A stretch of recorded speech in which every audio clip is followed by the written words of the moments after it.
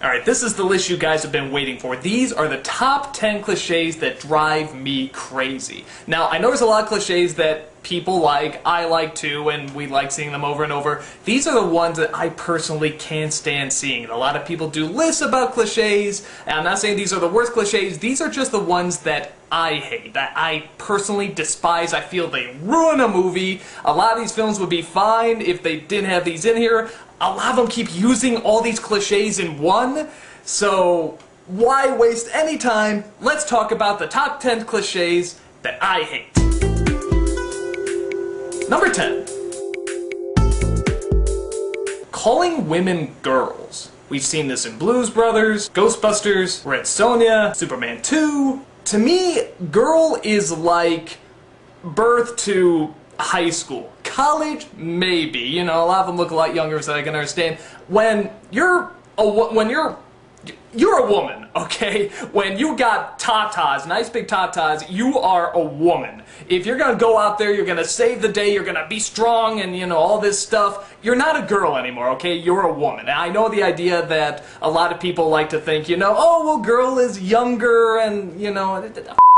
If you're gonna be a main character, if you're gonna be, you know, going out there doing it with the guys and stuff like that, you're a woman. Okay, girls, you know, I think of like I said, high school or playing on playgrounds or something like that, and for me, it's hard for me to take a character seriously when they keep calling what is obviously a grown woman a girl. And actually, the biggest cases for me I think of are in Space Mutiny, where they actually make fun of that, because the woman is like, I don't know, in her 80s or something like that, they keep calling her girl. And I think in Plan 9 from Outer Space, these are both Mystery Science Theaters, they keep calling this character girl.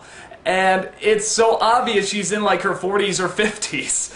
So, like I said, that's more of a pet peeve, but it's a pet peeve that really bothers me. The other cliches are probably going to be a lot more obvious, so, but yeah, that one always gets to me. Number 9. The shaky cam. We've seen this in Transformers, in Batman Begins, in Batman Forever, in God knows how many Jerry Bruckheimer productions. What's the point? Now here's the thing, if you want it to look realistic, a little shaking is okay. When somebody's running, the camera shakes a little bit. But nobody runs like this! Because that's what you see half the time. You just see a person, I mean, the person must be going through a seizure when they're running or filming this. I mean, this is, I think of like in The Rock, there's a scene where like Sean Connery's just talking in the car, and literally the camera is zooming in and out. Or what the f is that new one? It's the Denzel Washington train movie. I cannot forget. Unstoppable. Unstoppable. Every shot in this movie zooms in, zooms out, zooms in, zooms out. It was on a plane when I was flying once, and the sound wasn't even on, and it was annoying the out of me. This camera would not stand the still. It was going zoom in, zoom out, zoom in, zoom out.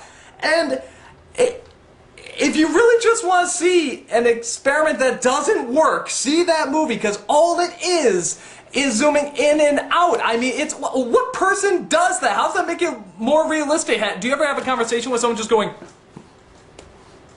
no you don't! It's crazy! So, I think a lot of people hate the shaky cam. I think we're sick of it. We like to see the action, and anyone can do this. So please, please, people out there, a little bit is okay, make it realistic, but just keep it still, man. Keep it still. Number 8.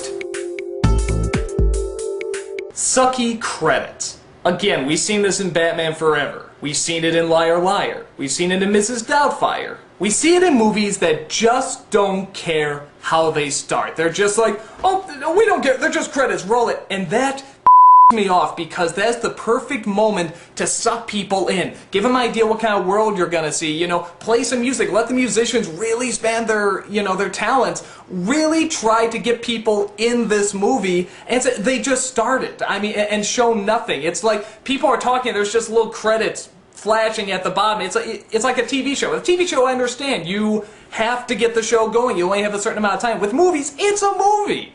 And people used to get really creative with credits. They would have these big opening productions. They'd have animations. They'd have all sorts of little atmospheric things that they would do. Now, which I don't mind. They're starting to do it at the end of movies. Like with 300 they did that. I think some of the Mummy movies are doing that. Those are terrible movies, by the way, but I digress. So more and more people are doing sort of these big collages and stuff at the end, which technically is more clever because you're looking back at the good scenes from the movie while the credits are rolling. So that's kind of clever.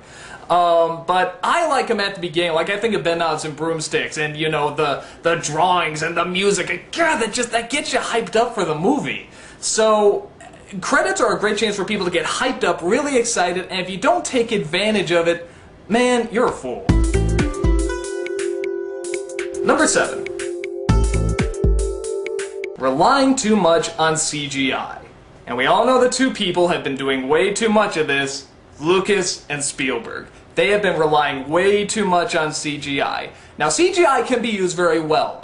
My thought is that it's very good at making things disappear or creating worlds or creating atmosphere. Good examples, Sin City, that last film version of Peter Pan, or actually even some of the backgrounds in the new Star Wars movies look very nice. But when you have to get close-ups, when you have to see people there, use actual people, use actual things, get the puppets back, get the animatronics. I know it's cheaper, but we know it's not there. Sometimes you can't help it. Transformers, I get, you have to use the CGI, I understand that. But for things like Indiana Jones, what's the best scene in the last Indiana Jones movie? It's when they were having the chase with the motorcycle. Why? Because it was actually happening! It was really there! Another example that just, the Robert Zemeckis thing, like this is all he's doing now, is making these CGI movies. And at first I was kind of intrigued, I was really sort of blown away by the technology, but by the time we got to Mars Needs Moms, which, thank God, bombed, and I think closed down that production. I'm sorry people lost their jobs. But, I mean, just for the sake of art, that was done. That was it, because, here's the thing, they try so hard to get people to look realistic. You know, Jim Carrey, A Christmas Carol. Yeah, you can make his nose long. Yeah, it sort of looks like he's really there. Here's a crazy idea. Why not really put him there? Why not just have an actor there? If you're gonna go animation, do animation. You know, make it so that the eyes can get big, or, you know, someone's jaw can go, ooh, you know, or whatever. Let the animator express himself. Let animators do what animators are supposed to do. With this, you're restricted. And I saw this really in the previews with Mars Needs Moms. You get all these weird visuals going on, and these dull human faces on these CG puppet bodies. And that's what they look like. They don't look alive. They look like puppets.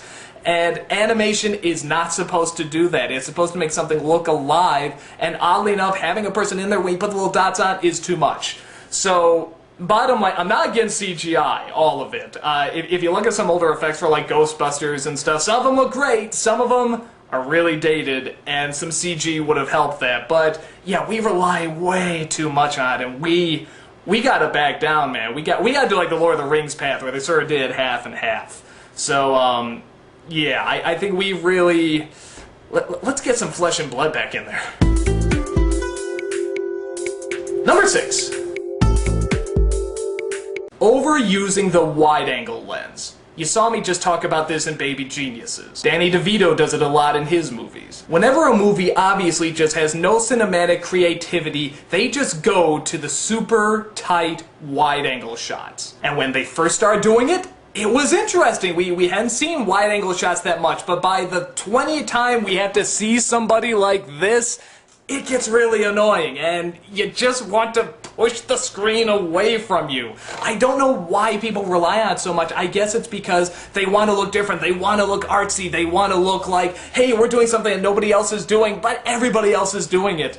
So finally people are starting to back down a bit, but there are still some directors out there that still think they're being really innovative and avant-garde by doing this. It's not. It's tiring, it's boring, I'm sick of it. Wide angle is a wonderful device to use, just stop putting it this close to a person's nose. Number 5. The poetic singer. This is another one I've gone on and on about. You've seen it in Avatar, you've seen it in District 9, you've seen it in Black Hawk Down, you've seen it in Gladiator. It's when a big dramatic scene happens where somebody dies or somebody's remembering something poetic, and you hear that singer that goes,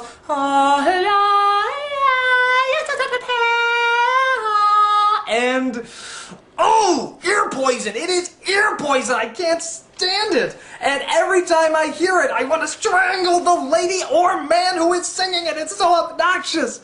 I've talked about this one so much, I don't even want to talk about it that much. I just know whenever there's a pretentious movie, if you want a movie to be pretentious, it's just like, boom, pretentious. There's no turning back. You get that singer. You get that son of a daughter of person, because that person is a pain. I'm sure he or she's making great money, or it's a couple people doing it. I don't know, but shut that person up. Stop using him, her, it. Number 4. The whimsical, innocent, rebellious poet. At least half of Robin Williams' movies are this. The meek, kinda quirky person who has a heart of gold, but screws up sometimes, but gosh darn it, he's trying. This has probably come from the 90s Disney films with like Ariel and Belle and Aladdin and all these characters that dream of more and want so much more, but they're just so quirky. And in Disney films, actually, they work okay, but even that's getting really overused.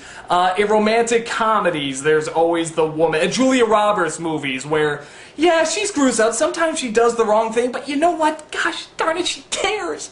And the person going up against the man, the big establishment, the rebel, you know, and the big bad people who put him down just because he wanted to dream, and we don't understand. And you see this with a lot of movies about, you know, people with special needs and stuff, which, you know, I'm not saying, you know, that they don't need special needs. I'm not saying that. It's that this has just been done so many times, and it hasn't been done in a new way, or a way that really makes you care. It's a way we've seen a bajillion other times, and I'm just sick of the stuffy, you know, person who just waves the finger and says, you don't get it, you don't understand, and the young rebel says, yes I do, and I'm gonna show you, when they go all determined, and yeah, they make some mistakes, but they come through, and we're on their side. Hate those people, hate those movies, hate that cliche. Hate it. Well, I'm very angry in this video. Number 3. The misunderstanding. Again, a lot of romances use this. You get this in Shrek. You get this in The Wedding Singer. You get it in 40 Days, 40 Nights. It's that scene where that couple, you know, that's been fighting throughout the entire movie, trying to prove to you that, no, they're not gonna fall in love, and then there's that chance, maybe they will, and then the misunderstanding that has them go to their corners, think they hate each other, and they just mope. They do nothing but mope. And it's so boring. We've seen it so many times again, and they play the pop song, they play the guitar song, and you just want to... It's not a cliche I'm very fond of, because it's supposed to be the area where it creates drama. This is the drama now. And what's gonna happen? We know what's gonna happen. We know exactly what's gonna happen. One of them's gonna realize they were an idiot, or they're both idiots. Moulin Rouge was guilty of this too.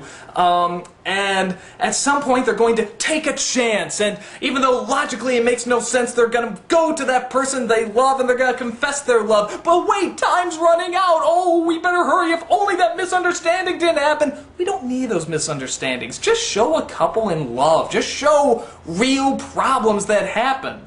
You know, I think that's what bothers me about these cliches, is that if they happened more in real life, maybe they would work, but they don't. They're so contrived. And this is one that always gets to me, and just every time it happens, it just halts the movie. It just stops it. And you sort of get that in Avatar also, with, they're trying to tell them that, you know, the big bad humans are coming. Oh, really? Aren't you the big bad humans? Oh, well, and they don't listen. That's the other thing that falls under there. They don't listen. It's one side not listening to the other and just being, we know what we're doing, go in there. So it's sort of a mix between the misunderstanding and the not listening. That really gets to me. It's so tired. I'm so tired. Number 2. The liar revealed. This is also everywhere. You see it in A Bug's Life. You see it in Rango. You see it in Wedding Crashers. It's when a character lies about who he or she really is, which that's not bad because that creates comedy or that creates something interesting, someone who's acting like something they're usually not. That's fine. I have no problem with that because you can get very creative with that. It's when the people find out who the person really is. Chicken Run did this too. This is a big thing in kids' films, I realize. They find out who the person really is, and because of that, they don't trust him. They're just like, get out of here, we don't need you anymore. And the person feels bad and walks away sad. Again, kills the movie for like 10-20 minutes. It just stops, and you just get moping. I'm sick of moping when it's not needed. If it's for a good reason, that's great, but when it's not, it's so obnoxious. And they usually go, and again, they realize something. Wait a minute, I may not really be this, but in a way, I am. I'm going back there to save the day. And they usually have to convince the person of something, you know, which usually takes a while. So that really gets me, because again, and I hate it when a movie starts off that way with the character lying, and everybody believes it, because you know it's gonna lead to that. And even though some of the stuff going on may be funny, you're just constantly going, you know, just get to that scene already, because I don't want to go through it. I just want to get over with as fast as possible. So now there's 2 movies that did variations on that were very, very good. One was King's Speech, which I don't want to give too much away, but the character one character finds out something about the other character, and you think, okay, now they're gonna leave each other, now they're gonna do whatever, and they just realize, who gives a shit? And they keep going. That was great. That was a great testament to, you know, the film and the friendship and all that stuff. More of that, please. That was wonderful. And then another scene that is something very similar was in Bullfinger. But there's a scene where Heather Graham, which Steve Martin sleeps with Eddie Murphy, calls her aside and says, we can't be going out anymore. She says, why? He says, you slept with another man. She said, so? He says, I never thought of that. And they stay together. Hilarious! That's great writing! Just wait to, you know, say, hey, you know this thing that we give you every single movie? We're not gonna do that. We're gonna turn it into a big joke. And yeah, it makes the character look a little selfish, but he was selfish already. So, that's great. I love it when people take these stupid cliches and they do something different with it. So, yeah, that, like I said, when a movie starts with that, I get so annoyed, because I know what's coming, I know it's gonna drag, so please stop that. Get new stories. It can be about a liar, just stop having that moment where it kills the movie for that couple of minutes. And the number 1 cliche that drives me totally insane is the bully. God, where do I start with this? It. Let Me In. Wedding Crashers. Every Adam Sandler movie. These are the bullies that are not interesting, they're not fun, they're not developed, they're not funny, they're just there as a tool. They're just a tool to get the plot going in the direction to, you know, fill all the other cliches that we just talked about. These are literally the guys that make pretty much every other cliche I just talked about happen. I wouldn't mind if they made him funny. A good example is in Happy Gilmore. That bad guy was funny. There's a scene where he's like, I eat pieces of like you for breakfast, and he's like, you eat pieces of for breakfast? And he's, no. It's like, that's funny. If you make them stupid, that's funny. If you make them almost aware of it, like actually Jack Black in some of these movies as well, like Neverending Story 3 and Airborne. He's actually kind of funny because he knows he's a stereotype. He knows he's a character. He has fun with it. Nelson, that's a great bully. Again, he's aware that he's this stereotype, and they poke fun with it. They make it that he's having fun. These bad guys never look like they're having fun. They never look like they're interesting. You don't want to know about them. They're just a plot device, and they don't say funny things. They don't do interesting things. They're not complex. Villains are very interesting characters, you know, like the Disney villains. Yeah, a lot of them don't have much motivation, but they're so charming, and they're so delicious, and they're enjoying what they're doing. The main villain from Inglourious Basterds, not Hitler, the other guy, you know, the guy who, you know, is always smiling and always so happy. God, was he evil, but he was having so much fun. Alex from A Clockwork Orange, one of the worst people on the earth. And he's our hero, and we sympathize with him because he's just so fascinating. He has this lust for life. So, you know, again, I don't mind villains in movies, just do them well. Don't make them just bullies. Don't make them these cardboard cutouts that are just there to be jerks. They have no backstory. This is the element I see ruining a lot of movies so much, is just the bully, because all the other cliches spawn from that. And, like, I was just watching the other day, I was watching Kiki's Delivery Service. It's a Miyazaki film, it's an awesome film. You know what happens in that movie? A witch goes to a town, and she just lives her life. You know what? That's pretty interesting. You didn't need a bully. You didn't need a misunderstanding. You didn't need, you know, this kooky romance. Well, there was sort of a romance, but it worked, because they were kids. That's how kids really act. And, oh, I think if there's anything I'm trying to get across with this video to none of the filmmakers who are watching this, but just film in general, is that you don't always need to rely on these story cliches. It's sometimes just let a movie play out. Just show us a life. You know, show us something that somebody has to do. Show what the is that movie everybody hated? I thought was kind of good. Marley and Me. I know it sounds stupid, but I like that movie because hey, here's a couple. They get a dog, and here's their life. You know what? That's interesting. It was a big hit because they didn't need all those other stupid freaking cliches. You know, it's just here's a life. It was a life. I'm sorry. So, well, I really ranted a lot on this. So I'm sorry. I guess I really wanted to get these cliches out. A lot of people don't seem to see these cliches as much, or they don't point them out. They point out more obvious ones. So, hopefully these cliches will just get less and less as more people wake up and they stop seeing films that are having these cliches. Sometimes you can work around them. Like I said, I like Wedding Crashers despite those horrible cliches, and there's other movies I like. They're just so tiring to me and I'm just so done with them. I don't know if you feel the same. Maybe you can list some other cliches that just drive you nuts. Ones that people don't seem to notice for some reason. Because there's obviously a lot out there. These are just the ones that really get under my skin. So, guys, I hope you enjoy my ranting. I know a lot of people really like to hear what I hate in a movie, probably more than what I like. So, I hope you had a lot of fun. I'm going to take a great big breath because I'm running out of air because I was getting so angry there. So, yeah, guys, thanks so much. See you around.